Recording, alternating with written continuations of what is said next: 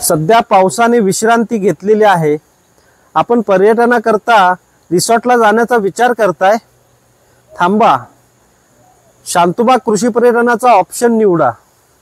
आपण शांतूबाग कृषी पर्यटनावरती येऊन आपल्या मुलाबाळांना एका शेतकऱ्याच्या शेतावरती घेऊन येऊन या ठिकाणी या निसर्गाचा आनंद व शेतीचा अनुभव प्रत्यक्षात आपण आपल्या मुलाबाळांना देऊ शकता। मित्रांनो नमस्कार, मी आपला फॅमिली फार्मर शांतूबाग कृषी पर्यटन केंद्र केडंबे।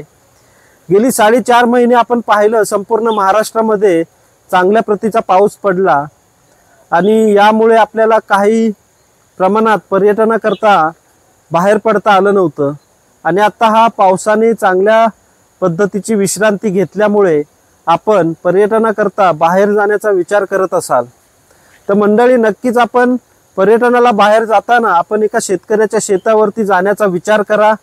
आपल्या मुलाबाळांना, आपल्या संपूर्ण कुटुंबाला एका शेतकऱ्याच्या शेतावरती घेऊन जा व या शेतकऱ्याच्या शेतावरती आपण आपलं पर्यटन साजरी करा। आज शांतूबाग कृषी पर्यटनावरती आपण याच शेतकऱ्याच्या शेतावरती जाऊन राहण्याचा अनुभव प्रत्यक्षात घेऊ शकता।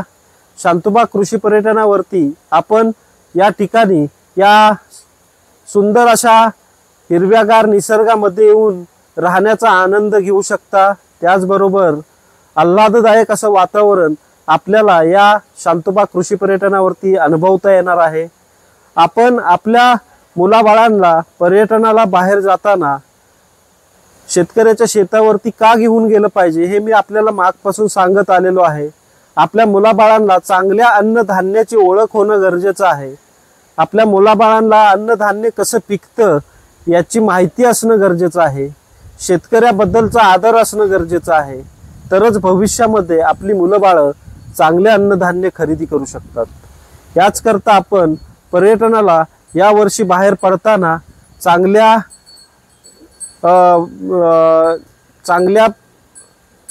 नियोजनाकरता पर्यटनाकरता आपण आपल्या कुटुंबातील संपूर्ण सदस्यांना, मुलाबाळांना आपण एखाद्या कृषी पर्यटनावरती घेऊन जाणं हे कित्येक फायद्याचं ठरेल।